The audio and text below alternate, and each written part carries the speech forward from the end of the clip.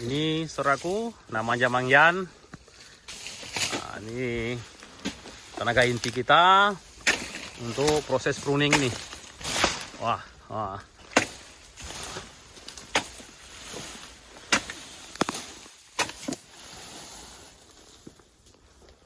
Ini kita pakai bibit PPKS ya.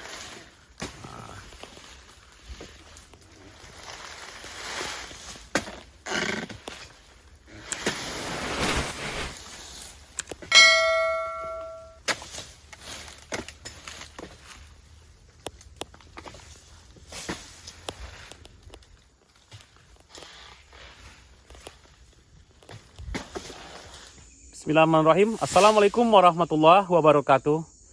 Selamat pagi menjelang siang sahabat semuanya dimanapun berada. Berjumpa lagi kita pada pagi yang cerah ini di Encik Minato Channel. Kebetulan pada pagi ini kita berada dalam kebun sawit, mana kegiatan kita pada pagi ini adalah kegiatan pruning.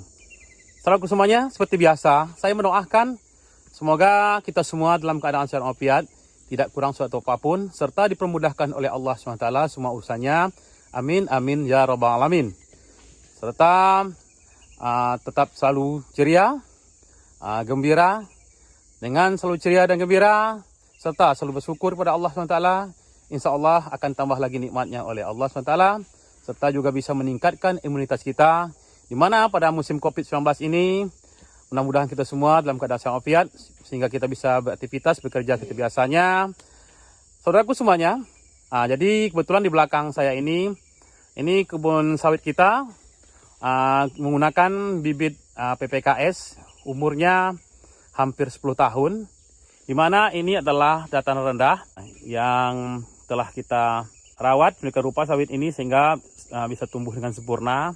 Ini pada dulunya adalah berair, jadi di sekeliling kebun kita ini kita bikin parit sehingga air yang tergenang di kebun ini tidak tergenang lagi.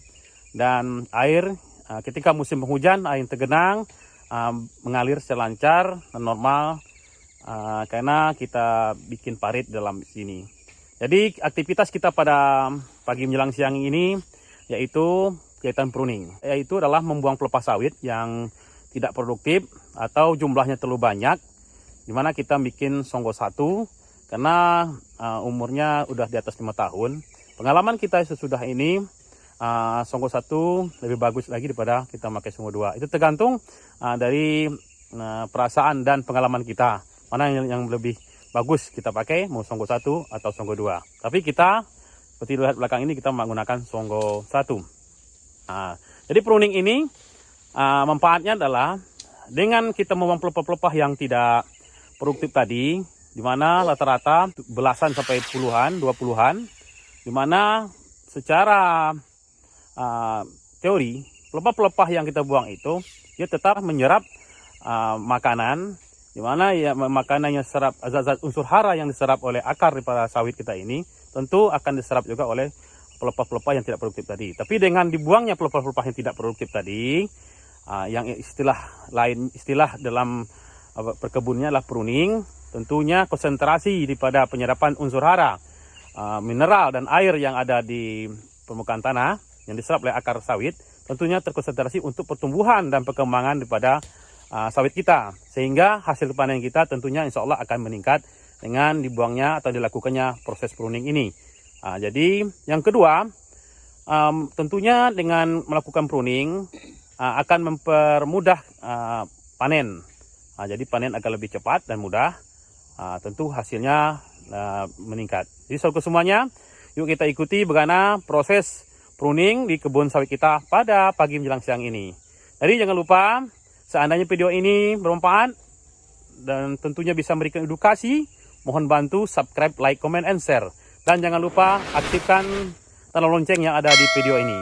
Yuk saudaraku semuanya, ikuti terus video ini sampai selesai. Ini orang tua saya, bos nih, mengawas kebun nih.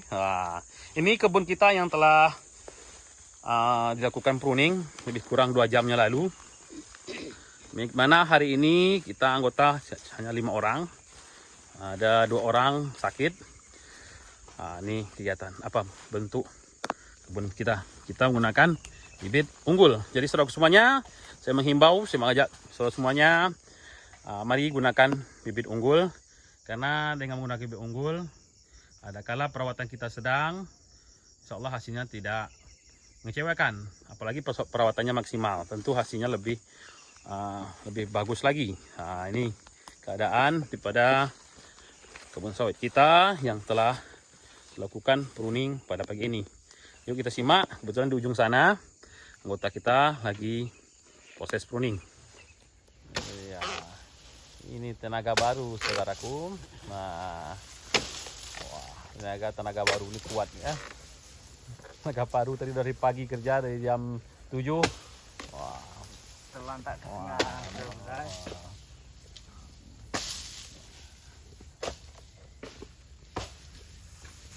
Tumpul. Buahnya, wah, tumpul. Nah, memang file ini juga ada kok. Kalau 16 anu parit di tepi jalan ini lebihnya. Yang di parit. iya. Kerja sambil olahraga sekaligus main-main. Seniornya itu yang kecil kali itu. Oh.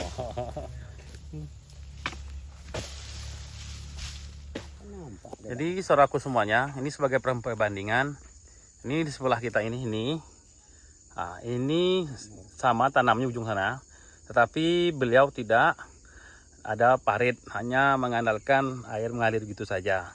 Nah, ini contoh kebun yang tidak kasih parit. Jadi memang iya, kalau sawit ini airnya terlalu tergenang, dia tidak bisa juga hidup dengan sempurna, tumbuh sempurna. Dibandingkan dengan sawit kita ini, nah, ini umur sana tanam sama.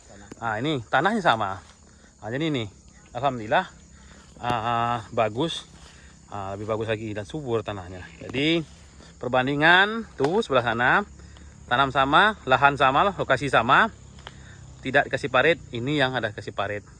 Jadi parit ini kita harus menggunakan agak sedikit modal, kita menggunakan eksavator. Tapi tidak perlu terlalu dalam, betul, cukup 2 meter kali 1,5 meter. Dan juga untuk tahu ini ya, buahnya pun bagus kalau di rawa ini. Ini buahnya bagus, alhamdulillah. Inilah salah satu contoh buah sawit yang di dataran rendah atau berair. Tanah kita bukan tanah gambut. Ini contohnya saudaraku. Ini mudah-mudahan bisa sebagai motivasi bagi saudara mana yang punya tanah di dataran rendah yang kira pas hujan air tergenang, kasihlah parit, insya Allah akan berhasil. Dulu saya pada awalnya tidak begitu yakin dengan kebun kita, lebih kurang ada sekitar 4 hektar yang seperti ini. Tapi alhamdulillah dengan berjalan waktu kita rajin, dan juga kalau untuk pupuk terus terang aja kita masih belum terlalu maksimal, cuman kalau untuk kondisi perawatan seperti menebas, pruning, kita jalankan sesuai dengan kemampuan kita. Ini contohnya, itu contoh kebun yang tidak parit. Ini yang kita parit. Yuk kita lihat dulu gimana kondisi parit yang saya bilang tadi. Ini besarnya, ini besar paritnya. Ini kita bikin parit induk membelah kebun kita ini. Ini dia. Itu yang enggak apa-apa. Ini dia. Ini kebun yang tidak kasih parit, saudara. Ini nampak kan? Kita sama tanamnya nih. Ini kebun kita. Kita kasih parit keliling. Alhamdulillah bagus, hijau-hijau. Buahnya pun berat. Secara ilmu di lapangan, buah sawit yang ada di dataran rendah seperti ini, buahnya lebih berat. Ini paritnya kita bikin. Sekarang inilah proses pruning saudaraku semuanya.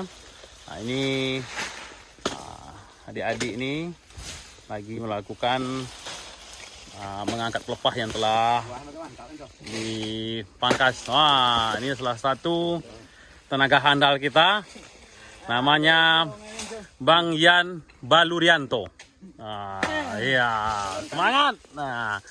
Ini dia nih, besok rencana dia calon kepala desa di sini. Ini dia. Jadi kita pakai Songgo 1 ya. Nah, ini dia. Ini kita targetkan dimana luas yang kita pruning untuk Marihat ini sekitar 10 hektar. Jadi kita targetkan mudah-mudahan dalam waktu 1 minggu mudah-mudahan selesai. Nah, karena kita tidak juga rutin mempruning setiap hari karena ada masa panen. Nah, ini dia. Tuh di sana ada Angga.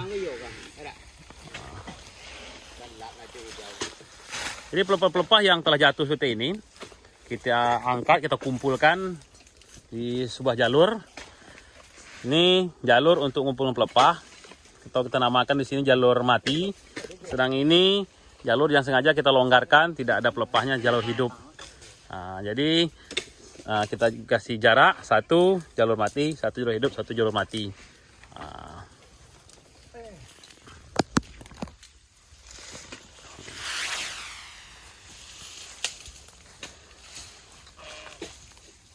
Pelepah yang jatuh kita kumpulkan di jalur mati. Itu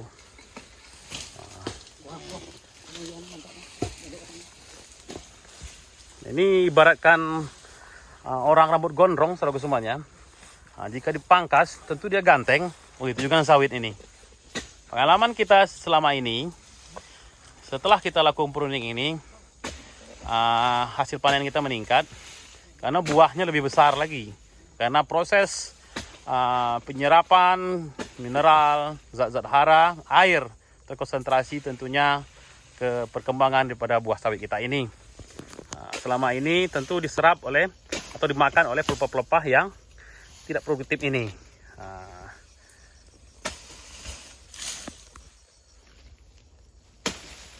Buahnya insya Allah nanti buahnya akan besar.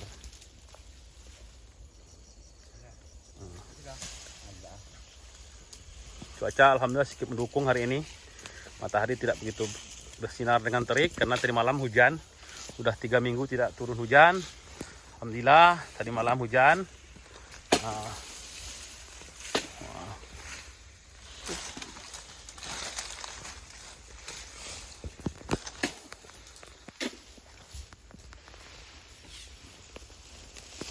Jadi yang sana saudaraku sudah selesai. Alhamdulillah keluarga kita ini kerjanya cukup cepat juga. Baru 2 jam berjalan. Itu yang belum dipruning, ini yang udah kelihatan. Kebun lebih rapi dan lebih bersih. Setelah proses pruning ini, kita akan lakukan penyemprotan terhadap rumput-rumput yang ada di kebun kita ini. Jadi untuk piringan ini kita menggunakan racun kontak, sedangkan untuk gawangan ini kita menggunakan nantinya racun sistemik supaya lebih awet lagi matinya rumput-rumput ini.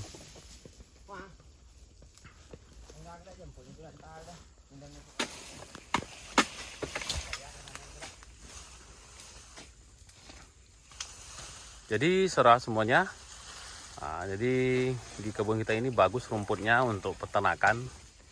Jika ada modal ini bagus untuk sapi, untuk kambing, dan sejenisnya. Ini memang kalau sawit ini saya akui itu terang kalau tanahnya memang subur sini. Kita hanya baru sekali tahun ini kita hanya menggunakan eco farming atau pupuk organik saja. Tapi insya Allah setelah kita lakukan proses penyemprotan nantinya, kita akan padu-padankan dengan pupuk kimia. Dengan harapan hasilnya lebih bagus dan lebih jos gandos.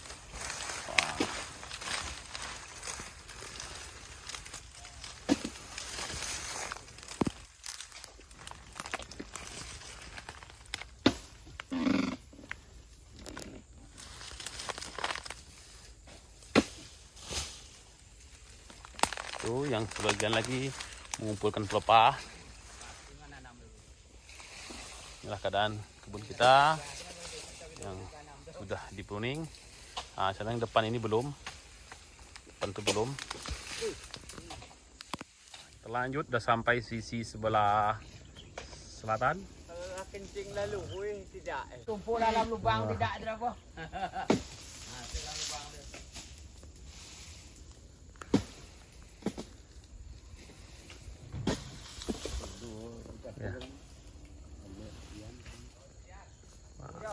dia.